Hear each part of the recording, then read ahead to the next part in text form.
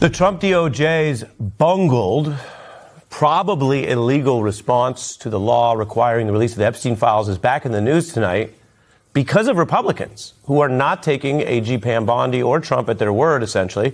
A committee just hours ago voting to subpoena Attorney General Bondi. 5 Republicans voted yes. They didn't even stall or say, with everything going on in the world, we need a few more weeks. No, this is barreling back at the Trump DOJ. It's one day after lawmakers also dialed up the heat and requested new interviews from 7 others implicated in the case from the files that have come out. Mind you, a lot of these people were in the files that the DOJ had for years because they're old files.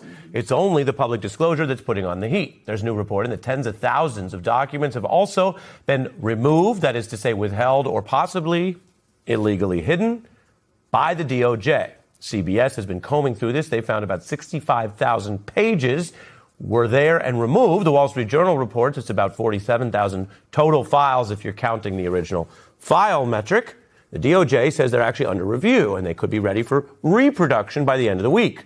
Remember, all of this was on a legal deadline that they broke. Then they came in late. Then they pulled it back.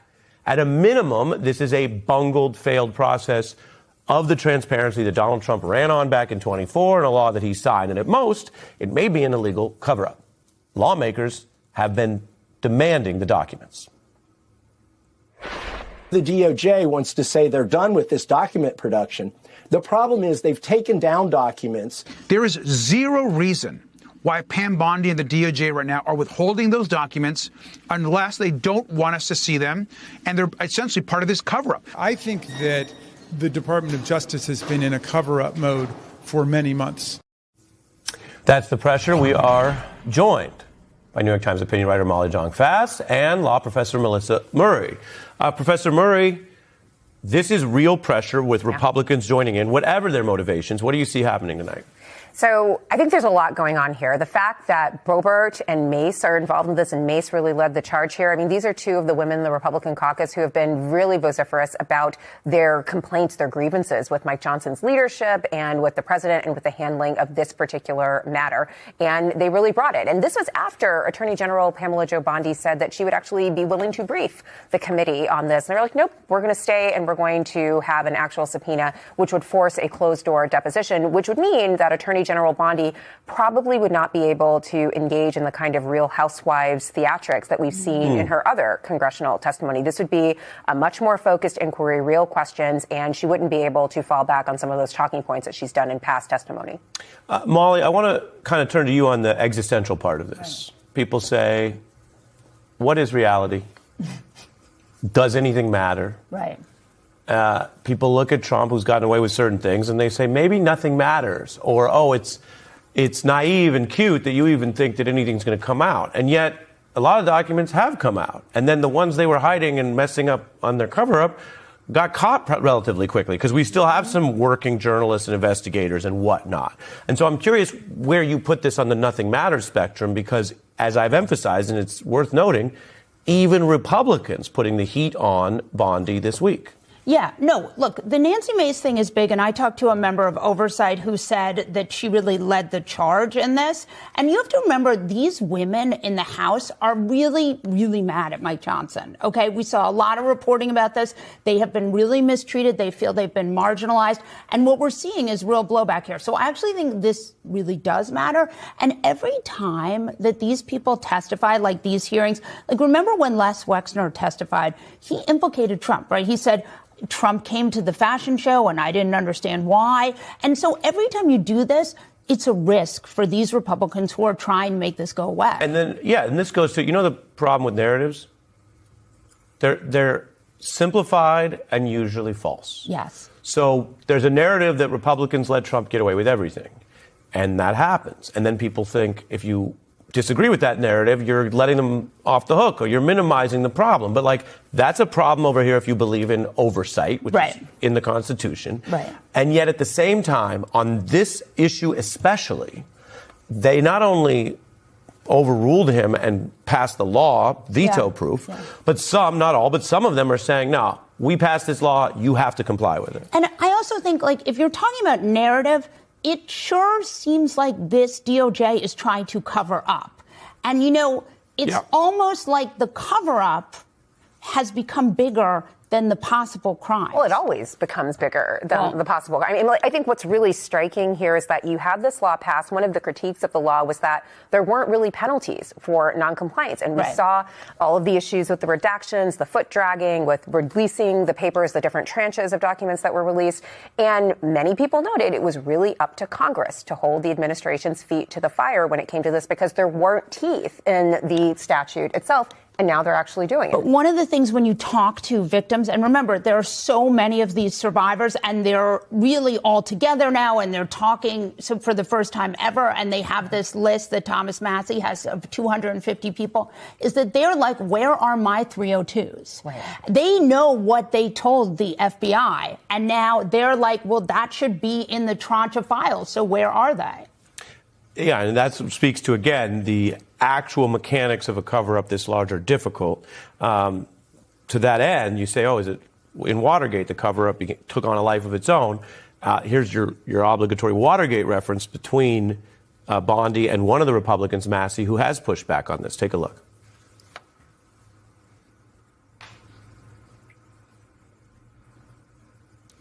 Any victim who comes forward, of course, we would love to hear from them. 1-800-CALL-FBI. Did you ask Merrick Garland that the last 4 years? Did you talk about Epstein? I am reclaiming my time. I'm glad you're asking about Merrick Garland. You don't get to reclaim time when you don't. This is bigger than Watergate. When I don't answer the question the way you want. This goes over 4 administrations. Domestically now, we've seen lawmakers late today vote to subpoena the Attorney General for the way her department has handled the Jeffrey Epstein investigation. You saw a handful of Republicans, right, so people in the president's own party, joining Democrats on the House Oversight Committee to vote to bring Pam Bondi in, including Nancy Mace, the congresswoman on the Republican side. Watch this. I have a lot more questions, and I don't expect to be talking about the stock market, so she better not bring those notes when she comes to the Oversight Committee. That's a reference to the previous questioning that Bondi went through just some weeks ago in front of a different House committee on this very thing, where you see here survivors of Jeffrey Epstein's abuse stood. They were in the audience. They were wearing shirts that talked about releasing the files. Let me bring in Ryan Nobles, who's live for us on Capitol Hill. So this is interesting. This is a real sort of shot across the bow to the White House, the Department of Justice, that they're subpoenaing now Pam Bondi. Ryan.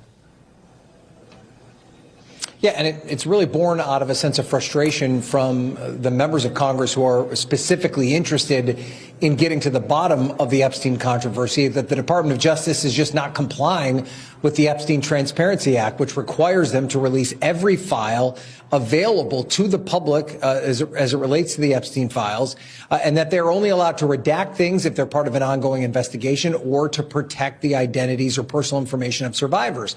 And members of Congress like Nancy Mace have felt that the Department of Justice has been way too heavy-handed with their redactions, that their redactions are inconsistent, that there are names like Les Wexner's name, for instance, the business partner of Jeffrey Epstein, an alleged co-conspirator. His name was redacted at one point, but then there are examples of survivors whose names have not been redacted. And they feel as though the Department of Justice has just not been forthcoming enough about why certain things have been redacted and how other things have slipped through the cracks. And so they want Pam Bondi to come in front of the committee, ask her about specific files, specific pieces of information, and try and understand this process as to why they have not been able to fully comply with this. And I would imagine as well, Hallie, that there's going to be questions about the fact that there's some 3 million files that the Department of Justice has just said we have in our possession, but we're just not going to release those to the public for whatever reason. So there's a lot of tough questions that Pam Bondi could get from this committee.